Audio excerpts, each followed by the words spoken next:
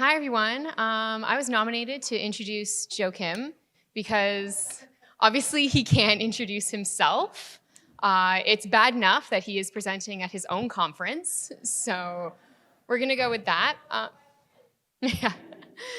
So I have known Joe, I guess we've been working together now for about 10 years. We co-teach introductory psychology together. We work on this conference together, in addition with Irina, Paulina, and Connie, and a team of volunteers. And so I've gotten to know him pretty well over the years, and we've sort of developed this really nice partnership where basically Joe is the ideas guy. Right? That's what he does. He goes to conferences, he gets ideas, he comes back to me all excited, and then I work on about the 10% of those ideas that are actually feasible and doable and that we can manage in our class. But that's sort of my job. I'm the realist, right? I try to make Joe's dreams come true in a way that actually works for most students. But Joe isn't always actually the best when he comes to me with his dreams, right? Like sometimes it's like, Joe, we're working on 14 different projects right now. Like we're gonna have to take a break. Or the time that I'm like, all your dreams are on hold because I'm pregnant and going on maternity leave next year. So good luck with your life. But in general, you know, he's pretty good. Although sometimes, like I said, the timing's not great. Like when he asked me yesterday to introduce him today, he's basically like, yeah, you know, could you do like a little roast thing? Like make it funny. Like, yeah, thanks, Joe. You've given me so much time to prep. Luckily, he's given me a ton of material. So, so like I said, I've worked with Joe for a long time, and I've really gotten to know sort of his style of teaching and learning and everything else. But it's, you know, it's more than just his style. Because if you're thinking about his fashion style, he didn't dress himself this morning. I'd like to point this out. Our media specialist, Paulina, has gotten so sick of him showing up to film web modules in old clothes that apparently have holes in them one time. And one time she's like, okay, whatever you do, just like, you know, show up with like 3-4 different outfits and don't cut your hair. He showed up with a single black shirt and had cut his hair with dog trimmers.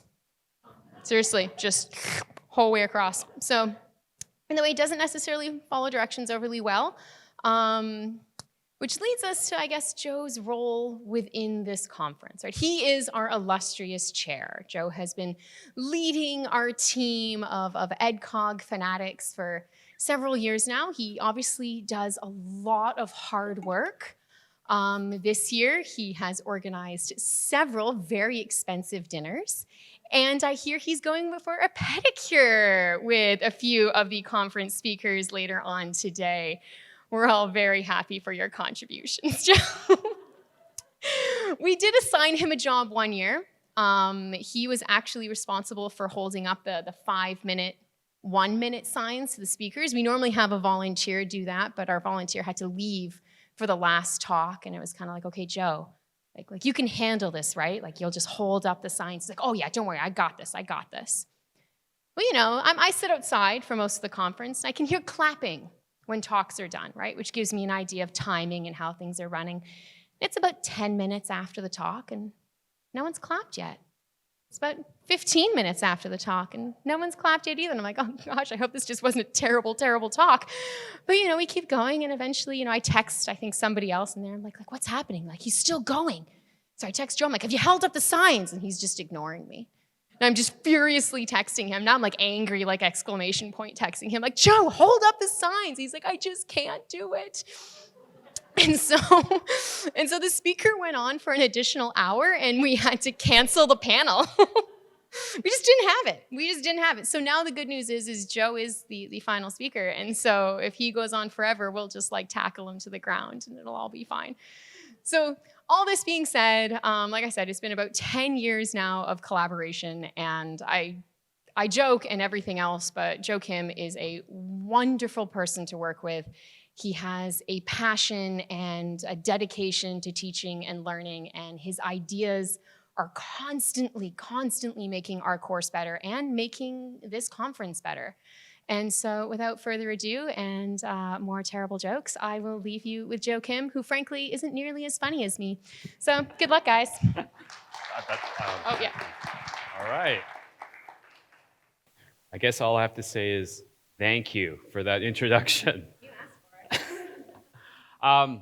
Yeah, so I am, as organizing this conference, I scheduled myself to give a talk. And then have you ever been in that situation where you organize a conference and you schedule yourself for a talk, and then you realize like the things that you want to talk about in the introduction, Bridget Hard already covered them in a more systematic and elegant way? Yeah, that's where I'm at. Um, so I want to talk to you today a bit about the motivation aspect of learning and try to draw some connections with the other talks that we saw today, and then weave in some exciting new data that's emerged from our lab. So when we talk about motivation, I think I want you to imagine the student that you're trying to teach to in your class. And to me, I think the ideal student is someone who is curious, they're driven, they just want to figure out how the world works. Someone who's a lifelong learner, someone who doesn't even necessarily get tied to the grades. So I live with someone like that. This is my daughter, Monica. And here she was just actually testing out the hypothesis of whether or not she could catch snowflakes on her eyelashes. Why? Just because, just to see if she could. And one day she asked me this classic question, does the light in the fridge go out when you close the door? And rather than just kind of give her a reflexive answer, I asked her, what do you think? And she was very excited. And she said, I don't know either, but we're going to find out. And I said, how can we find out? And so she said, she thought about it for a while, and she said, well, you know what? We're going to take everything out of the fridge. I'll go inside, you close the door, and I'll tell you exactly what happened. And to me, I just loved her motivation to learn, right? And unfortunately, sadly, sometimes something that can get a bit lost along the way in the educational system. So an increasing area of interest for me is how do we tie together motivation and learning? So I'm a cognitive psychologist. I'm interested in understanding things like attention, memory, and learning. Also a frontline teacher, so along with Michelle, we co-instruct our gigantic introductory psychology course. And what's in common in these two roles for me is that I'm really interested in understanding the conditions that lead to durable learning. In my dream scenario, learning that persists even beyond the final exam.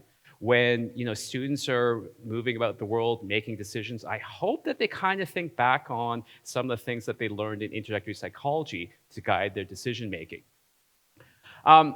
So I think you got an email prior to the conference about a web module, an online web module that Michelle and I created. It's on the Science of Teaching and Learning. It's actually testable material in our introductory psychology course. And from this, it really covers some of the basics from research in education and cognition about how you can improve your teaching. And one of the things I think that we learned from Bridget's talk earlier is that there are some things that I think having instructor-led interventions are very helpful. So I think you could convince people with data that you should do certain things, but that next step of actually doing it. And so if you could build something, bake it directly into your instructional design, I think it could really help. So very simple thing. At the start of my lectures, while students are filing in, I'll often pose some sort of question. It could be something as simple as, what is something interesting that you learned last class? Or what was a confusing concept?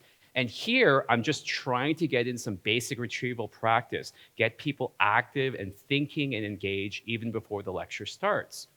And instead of having infrequent, high-stakes testing, what we do in our course is that we implement frequent low-stakes testing. So this helps build retrieval practice into their weekly process and also tries to help make it established into a habit. And then things like in our tutorial, we purposely try to help build in things like interleaving. So for example, here is a review question in a tutorial on audition. And the question asks, how does tonotopic organization of sound differ from topographic organization of vision? So we're making an explicit connection between a tricky concept that they're learning this week with something that they learned last week. And we're trying to build in interleaving across the semester. Speaking of which, another way that I build in interleaving and spacing across the semester is that I've identified some recurring themes. So if I could summarize my entire introductory psychology course in 5 sentences, these would be those 5 sentences. And what students find is that we are just continuously revisiting these 5 concepts over and over again across the entire semester. So that builds in some spaced retrieval practice as well. Okay, so what I'd like you to do right now is think for a moment on your own about what you think has been the biggest challenge of teaching and learning in the pandemic. So take a moment to kind of just think about it yourself. What personally do you think has been the biggest challenge? And then I'd like you to turn to a neighbor and share your ideas. And then I'd love to hear 1 or 2 of them. So I'll give you guys a moment to chat with each other. Okay, let's call time there. I'd love to hear from just a couple of people, what were the biggest challenges of teaching and learning in the pandemic, as either a teacher or as a student? Okay, so taking something like a skill, like, you know, pipetting and things like that, and then not being able to do it actually hands-on and maybe getting feedback, and then having to move that into a virtual environment, very challenging. Yes, for sure. Yeah. Yeah, that's been a big challenge for me as well, especially if I'm giving some sort of presentation. There's no cameras on at all. It's such a weird experience. And I remember near the beginning of the pandemic, I was supposed to travel to Germany to give a talk, and then it was right before the borders closed, everything was canceled. And then I had to give this talk virtually at 4 a.m. with no audience at all. And it was such a weird experience for me. I got more experience during the pandemic, but at that time, I had no idea what to do. It's just so hard to gauge reactions. And so what I actually ended up doing, I wish I had a picture of this. I got this tip from someone. I had pictures of an audience that was really engaged, and I taped them to the wall, and I pretended to kind of make eye contact with that. And I don't know, I think it kind of worked. But I think that's definitely one of the challenges. Another challenge that I've heard about from a lot of people is just like even just getting space and not being on top of each other, you know, especially in households with multiple people, and having a space to actually lecture. So as I said, I live with my daughter Monica, and she would just, you know, love to interrupt me, right? Especially when like she's a bit of a ham too, I think. So she'd like to walk in specifically when I'm in a meeting or a lecture and ask me for things. And you know, how did I solve this problem? You know, sometimes you have to fight fire with fire. And so while she was in her own online class, one day I decided to just show her what it's like. And so I would come in and interrupt her and say, "Oh, you're in your class right now? Oh my God, I'm so sorry. I didn't realize. I was just looking for my sweater. You know, the blue hoodie?" And then I would come back a few minutes later. "Oh, this class is still going on? Oh, I'm so sorry. I just have this orange. Can you peel this orange?" You know how I hate peeling oranges. And then just for fun, I put on Twitter, I asked for some suggestions of like what else I could interrupt Monica with. Someone suggested that, you know, I ask, have you seen where the lice brush is? Because it's not where it usually is. I didn't do that one. But anyway, we learned to kind of get along with each other, but it was definitely a challenge that I've heard from a lot of different people, just even access to a strong internet connection. Okay, now getting back to our students, like in first year, I think one of the biggest challenges is that as they transition from high school to university, in many cases, just kind of the sheer volume of information that they're expected to consume. And it's not enough for them to just memorize this information, because as university instructors, you know, we really want them to demonstrate mastery of the concept. You can't simply just memorize an idea. And one way that we test that is, we use something called transfer of learning. So maybe your students learn something about Pavlovian conditioning, right? And they learned a specific example about meat powder being placed in a dog's mouth and a metronome or some sort of sound being signaled. And then maybe they could identify specifically what was the role played by meat powder. If they can successfully answer this question, this is what we would call a near transfer of learning question, meaning it's kind of basically the exact same thing that they read about. But if we really want to demonstrate mastery, we're probably more interested in something called far transfer of learning. So can they actually apply the concept that they learned in a novel context, something that they haven't quite seen before? So for example, right after a rat smells menthol, it's always given drug X, which causes drinking. Eventually, when the rat drinks, whenever it smells menthol, even when it's not injected with drug X. In this situation, what is the role of drug X? So if you actually understand Pavlovian conditioning and have not simply memorized an exemplar, this is a question that students should be able to answer. So that's the type of challenge that I'm trying to put forth to my introductory psychology students. Okay, now, we talked a bit, in our lab, we've been really interested in attention and focusing people's attention. And Bridget earlier talked about how multitasking, people being on computers in the classroom can be very distracting. And one really interesting research paper that came out was done by my colleague Faria Sana in 2013. And in this experiment, participants are in a lecture hall like this. They're listening to a lecture and they're told, pay attention. There's going to be a quiz at the end of this lecture. Sprinkled within this lecture hall, there would be Confederates who were in on the experiment, and they're the only ones with computers. So all the other participants don't have computers. And the participants, the Confederates who have the computers might occasionally start multitasking. So that teacher's perspective that Bridget showed of what people are actually doing on the computers, it often has nothing to do with the actual lecture. So that's exactly what these Confederates were doing. So the interesting question you can ask here is, what does the mere presence of these computer-using multitaskers have on the rest of the participants? And so you could compare two different views. You could compare participants who have a view of a multitasking peer and compare them to participants who, by their assigned seat, do not have a view of a multitasking peer. And when you do that, you see a significant difference on comprehension. So you're sitting in the same lecture hall, depending on how, where you're seated and whether people around you are multitasking, it has a direct impact on how well you can pay attention and how much you can comprehend from the material that's being presented there. Now, students generally don't believe me when I tell them that they're not good at multitasking, because they've heard of something called supertaskers. And supertaskers are apparently people that show minimal decrements in performance as you add on additional tasks.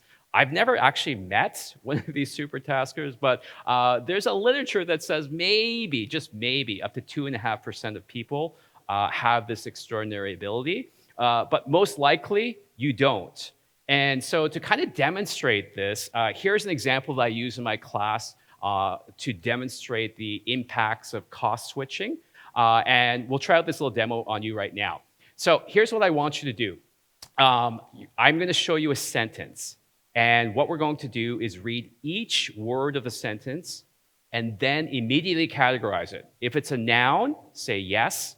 If it is not a noun, say no. Does that make sense? And then let's all try this as a group. Okay, ready, set, go. The, no. Cat, yes. Was, no. Content, no. In, no. The, no. Barn, yes. With, no. The, no. Mice, yes. Okay, pretty good. I didn't hear any mistakes. It sounds like most of you were able to multitask pretty successfully, right? Maybe not. Here's the question. What was the exact sentence that we just read out loud? Something about a cat? Something about a mouse? Okay, you got a few of those words. So here's what's interesting. You said each of these words. Visually, they were captured by your eyes, but most of you, if you had to actually recall this very simple sentence, you wouldn't get it 100% correct. And so what this and many other demonstrations show is that our attentional resources are limited, and there's a cost to task switching. And so that's one of the things I try to do to convince my students that as a group, as a community, we should try to build this learning community where we're all focused and paying attention. Okay, now, during the pandemic, a really interesting issue came up. So we just talked about how difficult it could be for an instructor when you're looking out onto this computer screen and there's nothing to see. There's no students. So we're used to interacting with students, and imagine in a worst case scenario, every single person has their camera off. So you're just looking at a bunch of names. That could be kind of demotivating to you as the presenter. The question we had was, like, how does that actually impact the students who are trying to learn as well? And I think this is becoming an increasingly more important question, not even just in an educational setting, but in work settings. I was commenting in Tony's lecture last night that one of the things that I'm looking forward to in the fall is kind of splitting my time, sometimes being on campus and sometimes working from home. And I would love to have some sort of infrastructure where our faculty meetings, it would be really easy to just pop in virtually. Right now, it's a bit difficult because, can you hear the people on the rest of the meeting? Can they hear you? It's not quite the same. I think there's some infrastructure changes that are needed. But I think this is becoming an interesting issue that more and more people should pay attention to. So there's a couple of research questions that we've been interested in as a lab. First, how does seeing others affect your learning? So if you're looking out and you see people around you and they are behaving in certain ways, whether they're paying attention or not, how does that impact your learning? And then the second question is, how about you being seen? Knowing that your camera is on and others are seeing your behavior, does that also impact your behavior, your attention, how motivated you are to learn? So these are the two questions that we've been interested in exploring. So let's take a little deeper dive into that first question. How does seeing others affect learning?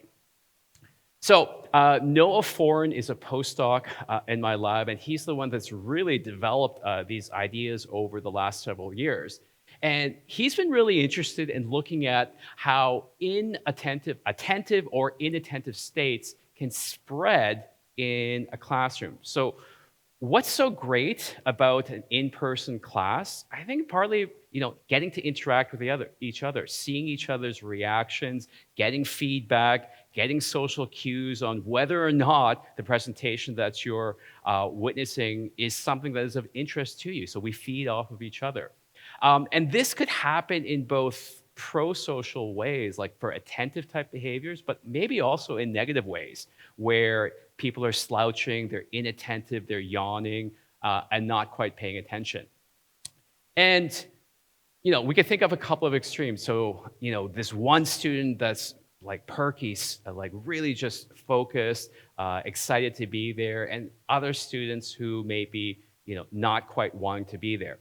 And there are different types of mechanisms that might be driving the spread of these attentive and inattentive behaviors. Social appraisals, conformity, goal contagion. And so this was a really rich and exciting area of research that Noah started looking at. And it all started back in one study that he did. This is a very contrived situation. It's a controlled laboratory study. Where the person in the red, she's a Confederate who's in on the experiment, and she's modeling very specific behaviors. So the person whose face is blotted out, that is the participant. They are viewing a lecture, and the question is, how does the behavior of a Confederate who is attentive or inattentive directly impact the behavior of this participant. So this is a very one-on-one situation. So here is the attentive situation. So you can see she's taking notes, she's standing up straight, she's sitting up straight, she's showing very pro-social behaviors, nodding her head, I like that.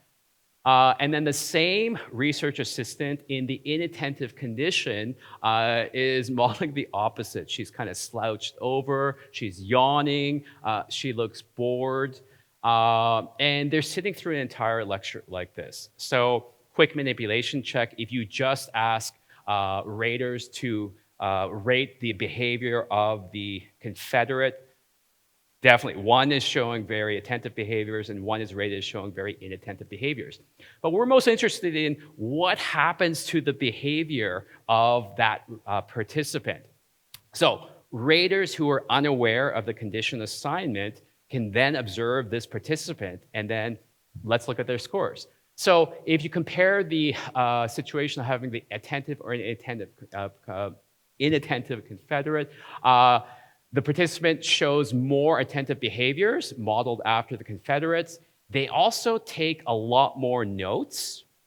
And when you give them a quiz, they significantly outperform the condition in which they have an inattentive Confederate. So in this one-on-one situation, what we see here, in a very nice manipulation, is that the behavior of the Confederate has a direct impact on how the participant behaves and their subsequent performance on that quiz. So when Noah came here, we were really excited to move this research into the live lab, which many of you actually saw on the tour over yesterday or today. And the live lab is this amazing facility, as many of you saw, where we can do education research. There's so many things that we can control in a very realistic setting. So it's actually a lecture performance theater. So Noah was interested in looking at this attention contagion in a lecture hall. So in this study, there are 15 Confederates who are in on the experiment, and they're spread out throughout this lecture hall.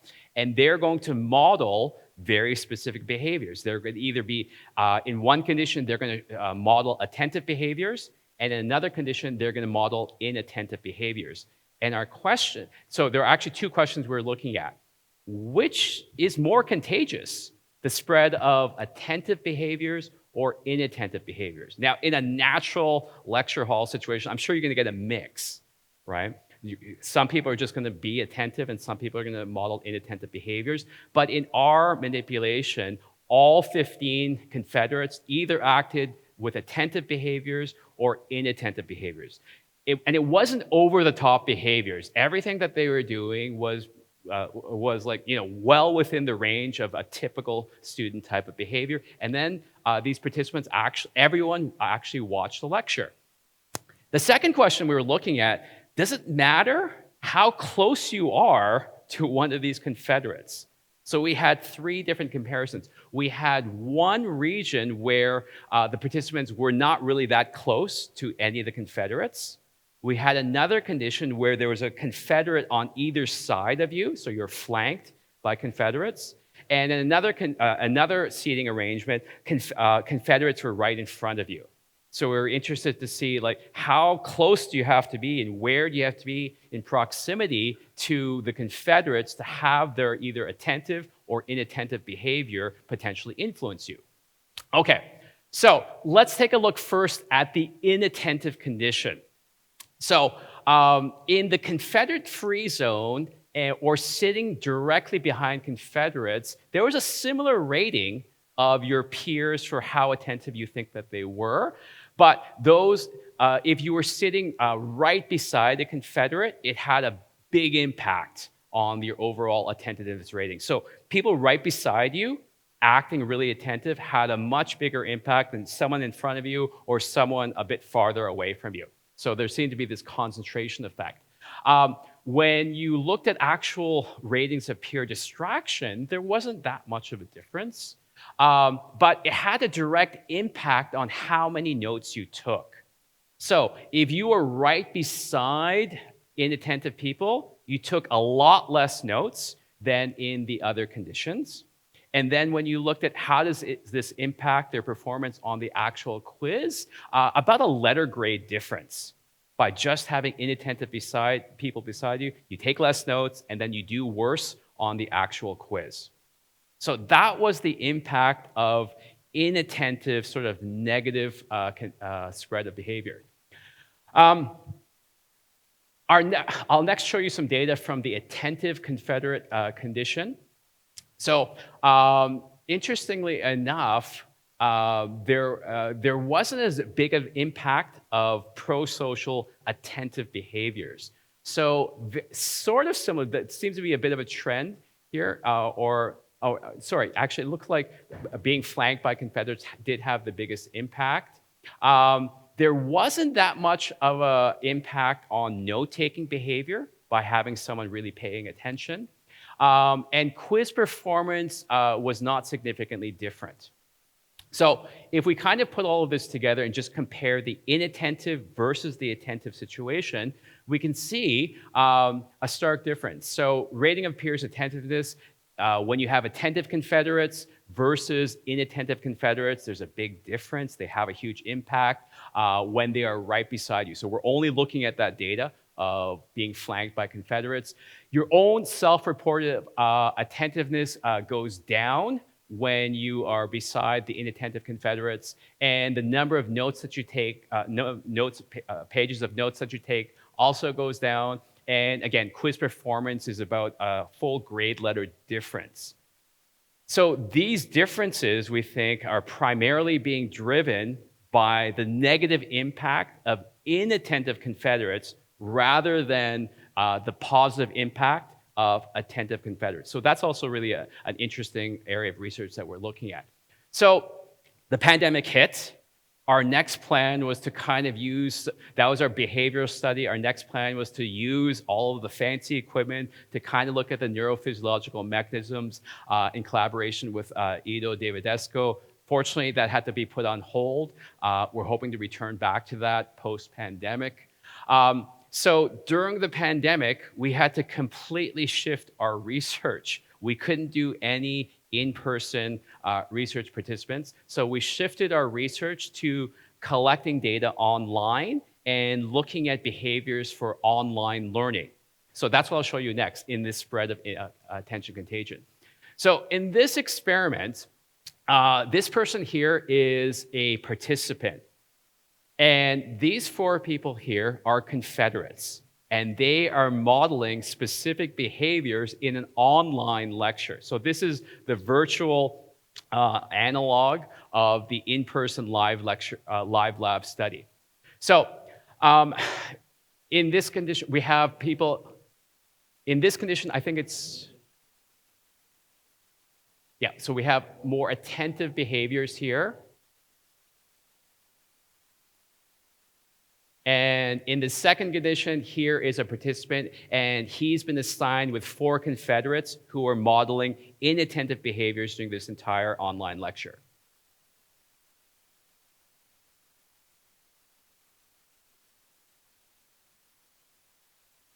So this person's on the phone. She's not even looking at the screen. His head is slouched. He's definitely showing that this is a really boring online lecture. And then we were interested to see how does the behavior of other people with their cameras on directly impact this participant's behavior. And so when we look at ratings of peer attentiveness, we can see a very strong effect of which condition you're assigned to. So if other people around you are paying attention, your ratings of peers' attentiveness goes up. And when other people appear to be not paying attention, you really do notice. So your ratings of their attentiveness goes down. Self-reportive attentiveness also seems to trend following the behavior of the Confederates. If you have attentive Confederates, you use your own phone less, you'll check it less often, and quiz performance also was a huge effect here. By just having other people paying attention in the online lecture, you do better on your quiz.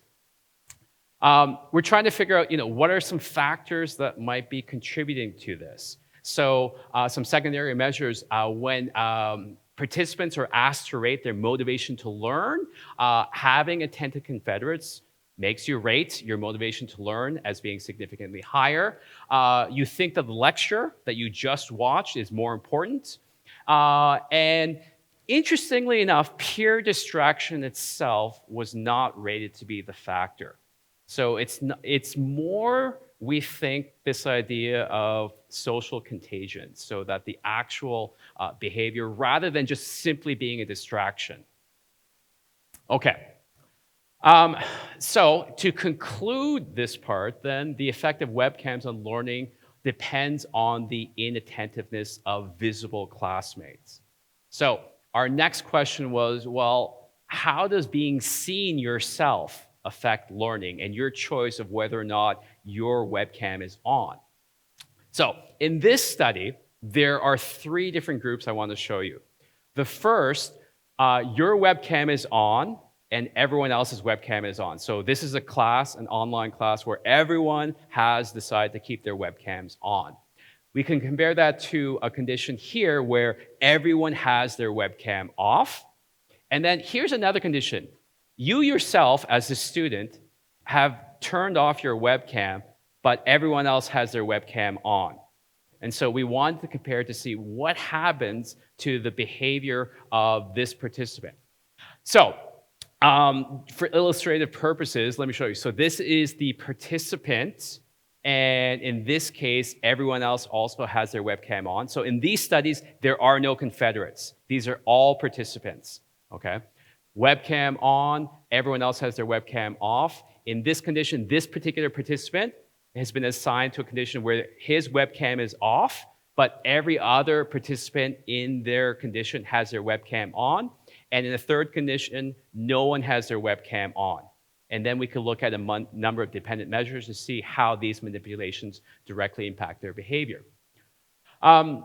So we weren't exactly sure what was going to happen here. We had some different hypotheses going in. And let me just show you some sort of, I guess, baseline data here. So when the webcam is off and others are not visible, this is how they perform on the comprehension test. When everyone has their webcams on, everyone does better on the quiz. And perhaps that makes sense. This condition was actually what was really interesting. And I'd love to get a prediction on what you think would happen when you are the student, your webcam is off, but everyone else has their webcam on. How do you think that these participants will perform?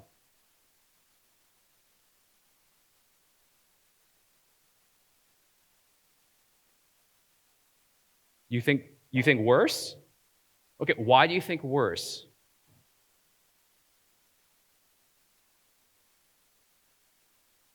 Yeah, okay, so even if other people are modeling, say, potentially pro-social behaviors, no one could see you. Like, you could be secretly doing other things, you're totally unaccountable. I think that's a really plausible hypothesis. I think I heard the opposite. What did you think?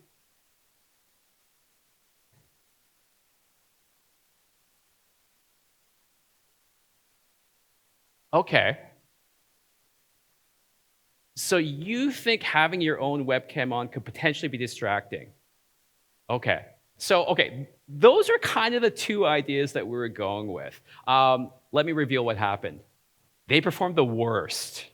They significantly outperformed both conditions. They performed worse than everyone else. We're not 100% sure what's going on here. It was a really kind of interesting surprise and something that we're looking to follow up right now. But I think there might be something to kind of like this idea that Bridget said, like when you have your camera off, maybe you're just a little bit less accountable, even though everyone else is. And when there's participation that's being demanded in a class, well, these other people with their camera on, they'll say something. I don't have to say anything. I can just kind of hide here in the corner. Maybe that's what's going on. We're not quite sure. So what's interesting, though, is that a kind of a preliminary conclusion here is that uniform invisibility is better than selective invisibility for that given learner. So Do webcams benefit learning? Well, I guess it depends. We've shown evidence of benefit when students can see their classmates through their webcams, but also with their webcam on. And ideally, if everyone is buying into a learning community and people are modeling attentive pro-social behaviors, even better. Learning might be hindered for students who can see their cameras but have their own webcams off. Perhaps this has to do with accountability, less likely to engage in active participation. It's an open question that we're still looking to do some research on. And the effect of webcams also depends on the attentiveness of visible classmates, which is contagious. And in our hands so far, it looks like the spread of inattentive behaviors is more contagious than the spread of attentive behaviors. But that's another area that some further research can engage in. So to kind of bring it back to this engaged, motivated learner that always wants to be on camera, actually. When I asked Monica, I told her, we can't put you inside the fridge. Can you think of another solution? And she sat there for a while and she said, I know what we're going to do. Let me borrow your phone. We're going to make a movie. And so she did. This is experiment for what? For seeing if the fridge turns off. The light turns off when we close the fridge? Yeah. Here we go. And it does. Thank you very much. And I'd be happy to answer any questions that you have.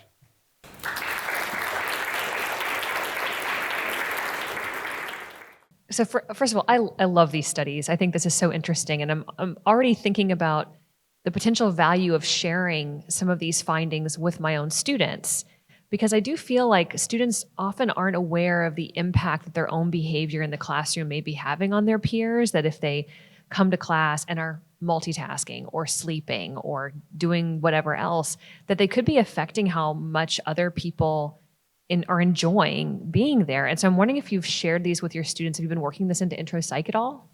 Yeah, I think the very latest that I showed you is just a little bit too new. But this idea of attention, kind of an idea that you talked about, like setting up like social norms, I think all of that completely adds to the overall experience of everyone. So for example, like a few things that I do in my class for sure is that I always start on time and I always use the entire lecture period.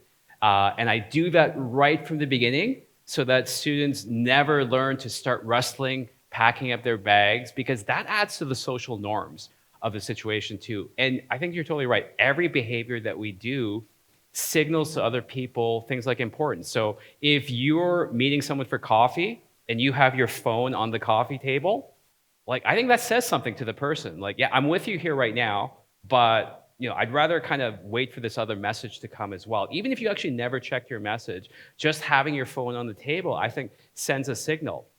Similarly, in a lecture hall, if other people really are engaged and they're kind of buying into this learning community that you're trying to build, that signals to other people. And I think there's ripple effects.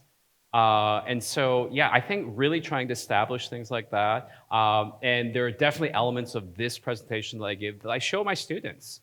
Right, and I think it kind of goes back to like, I don't want people to think this is just my opinion. This is what research shows. That's why I'm trying to make these pedagogical decisions moving forward in our class. Thank you. I thought that research, especially with showing the one student with all the other students with their cameras on and his camera was off, just reminded me of all of our department meetings and how there's 40 people and some have camera on with a picture that looks super engaged, like that wonderful headshot.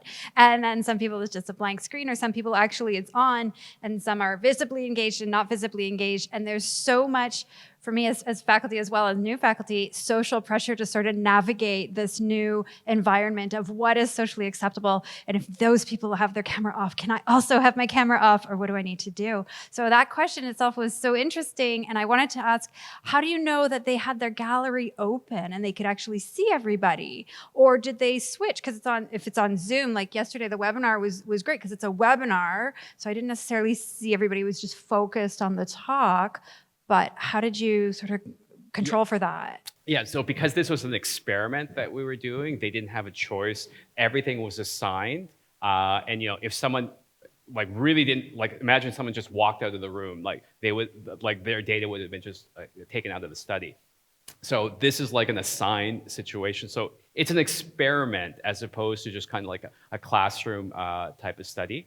But so I actually gave a workshop on, so we all had to shift to doing things online. So I was giving a workshop to 30 people online, and I told them a little backdrop of this data, and I said, so I would really appreciate if you felt comfortable if you actually had your camera on. And then I think like 28 of the 30 people had their camera on, because everyone actually had their camera off before I said that. Not one person had their camera on. And then after I said that, 28 of the 30 people turned their camera on.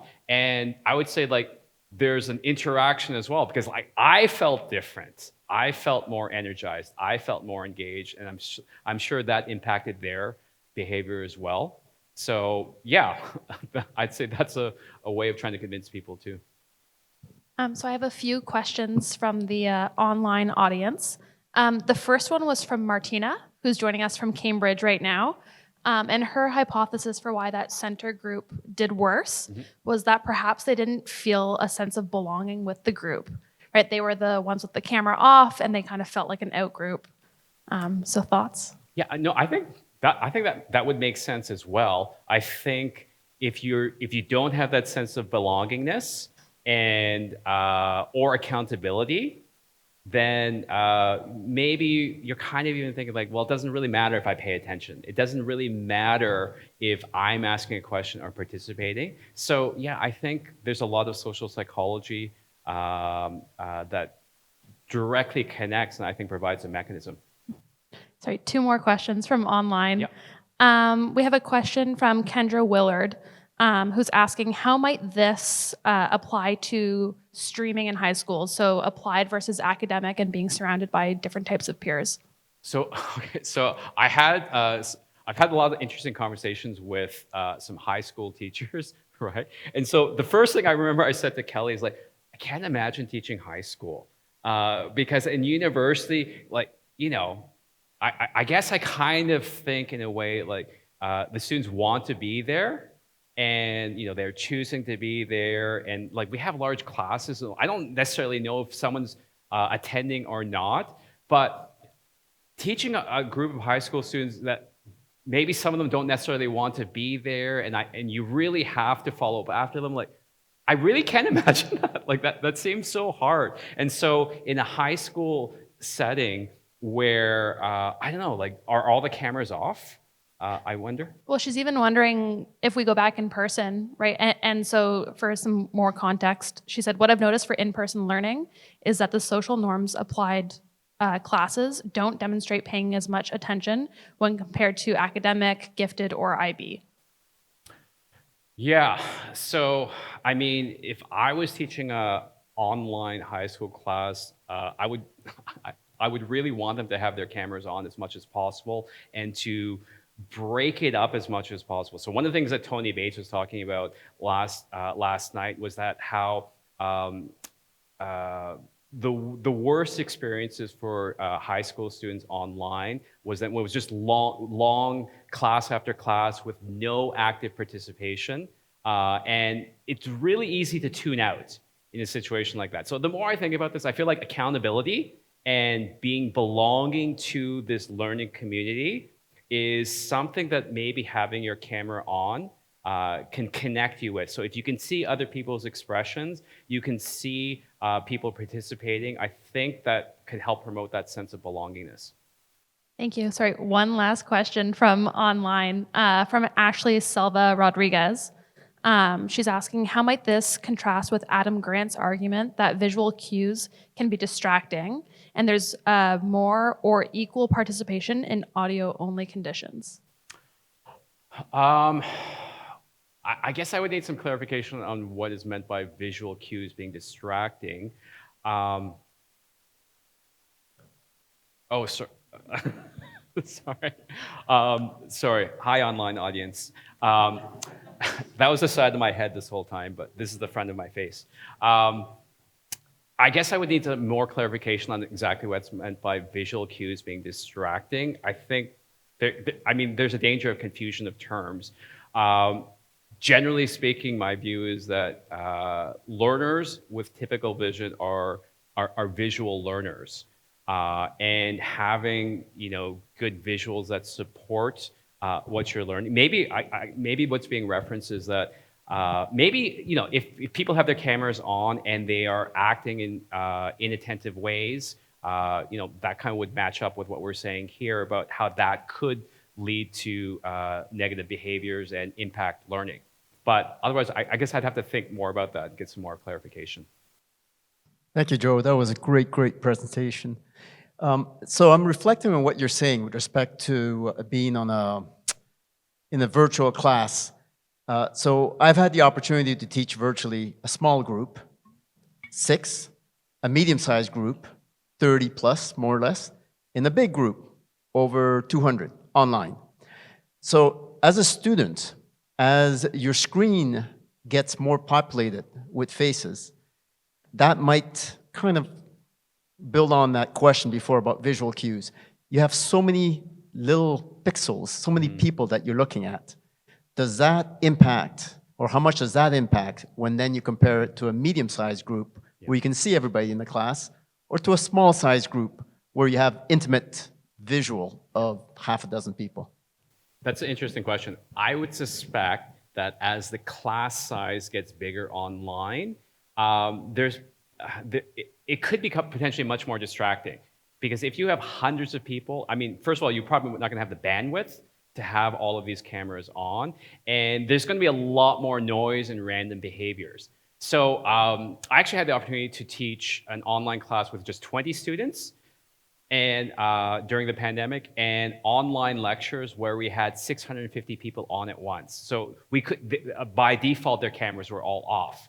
So my solution to that was that I had 2 online TAs that were assigned to me. And I use these TAs to stand in as a proxy for the students. So normally in my lecturing style, I ask a lot of questions, I'll move around the classroom, interact with people. That was taken away from me from online. So instead, I interacted with the TAs as if they were the students. So if I needed a volunteer for something, guess who volunteered? It was the 2 TAs, right? And the other thing that I did was that I continued to ask questions to the class. And I'll give you my favorite example. I talked about last night in Tony's lecture. When we're talking about in-group and out-group dynamics in social psychology, I asked the class, what are the 3 top characteristics of the typical McMaster students? And students would just flood with answers like, oh, they're really intelligent, they're really athletic, they're really good looking. And then I would ask the TAs, what are people saying? And the TAs went out of their way to name people who submitted answers like, oh, Bridget thinks this, or Carla thinks that, or Paulina thinks this. And they actually loved it. And I think all of that helped to build kind of belongingness and being included in this online learning community.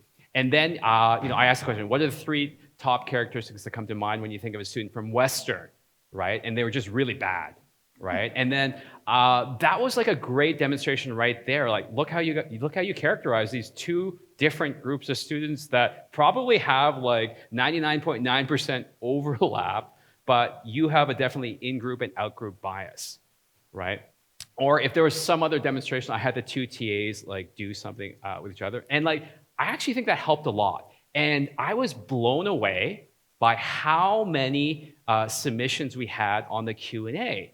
So on average, I think we had 300 submissions every single lecture, right? And then we would publish the top ones, and then they would get upvoted. And so it was a way for students to interact. Were you guys in this class? Okay, what year are you in? 3rd year. So okay, can you tell us about it? Is what I'm saying true? Yeah. Well, when I was in 1st year, I remember a lot of our classmates kept trying to, put these funny comments in response to whatever you're saying in lecture. and if any of us got, posted on, in the published comments, they used to just post it on our social medias like, yes, we made it into the published section. So there were Reddit posts, right, of like the top comments that people would take screenshots of the funniest, and they were so funny. Like at the end of lecture, I would go through and read every one of the hundreds of comments because they were so funny, right? And the TAs and I would just chat about, oh, we can't publish this, but it's so funny, right? For me, like that was like a real step towards like, I saw this challenge of like, okay, we normally have these dynamic in-person lectures. How can we get some sort of taste of that? And I think we kind of did, like as best we could. And I think a big part of that was building community. So even though we were all online, my goal was to make us feel like we've all gathered here together. We're all going to do something, and like kind of anything can happen. I think the spontaneity too, like kind of anything can happen. I remember when they were doing quiz questions online, that was my chance to read through the chat and start answering questions. And I have a really loud mechanical keyboard. And then I remember students would comment like, oh, it's like ASMR. What's going on? Like, Yeah. Anyway. I just wanted to kind of tie in the multitasking thing with the discussion that you just had about the chat. At the EdCog, the Journal Club meetings, I'm 65, so I'm not like you young people where chat, because I can't multitask to follow the chat and also follow what's going on online. So Let Bradley, alone, I can't either. let That's why I alone- had two TAs that were just yeah, doing this for but me. let alone make a comment on the chat. I mean, you guys are way ahead of me on on that stuff. But it just, as I was listening to this, just the use of social media in building the social learning environment is also running counter to the multitasking effect as well. So. No, that's actually a really good point. Yeah. I think there could be pros and cons, but let me tell you an interesting pro. So when I'm in an actual lecture hall, how many questions do I answer? Maybe 5 or 6, right? I think the great thing is that people feel like, if I wanted to ask a question, I could. And I think there's a lot to be gained from just the possibility that I could ask a question and the spontaneity. There's something to that. But online, when there was this chat that you could submit to, we had like over 300 per lecture. And what a lot of students said to me was that if we didn't have that, I would never ask a question, right? So what's interesting, I kind of look through these questions like just qualitatively, and I would say about a third of the questions were very simple, clarifying questions like, what does he mean by in-group, out-group again? And then the TAs would clarify that in real time. And that's the type of question that most students would not want to ask in class, for fear of looking foolish, because it's such a basic question. But for that student who asked that question, and then we publish it, because several students have asked that same question, it makes the rest of what I'm saying make sense. And a lot of students who might be feeling shy, they said like, this is the only avenue I would do that. I would never put up my hand in class. So it kind of gave me this idea that in the fall when we return, I might have this back channel live stream that goes on, right? And so if you don't feel like putting your hand up, maybe you could just kind of submit your question, and then there's a TA who's monitoring that. They could be clarifying things in real time, and then say like, oh, we've got a question that someone posted, and as a proxy, ask the question for them. So I know that's an interesting idea that emerged from the pandemic that I might try out in an actual class too. Yeah, because I guess if you are making a chat on something you don't understand, you've already broken your attention to the presentation anyways. Yeah. And the data is lost if you don't put it on the chat. Yeah, especially for those types of clarifying questions. Yeah. Yeah, interesting. Yeah. Okay. All right. Thank you so much.